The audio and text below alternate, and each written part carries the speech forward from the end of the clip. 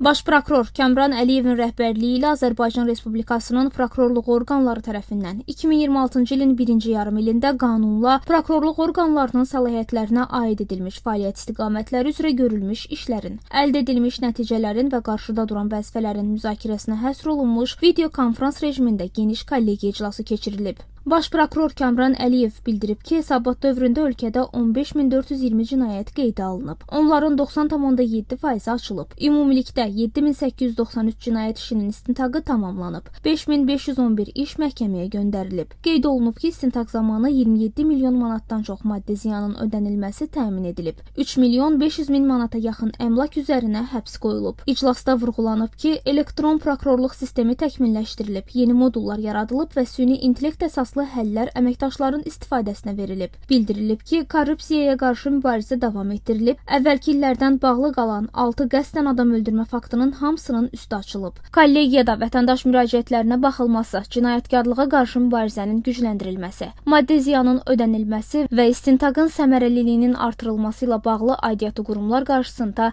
yeni vəzifələr müəyyənləşdirilib.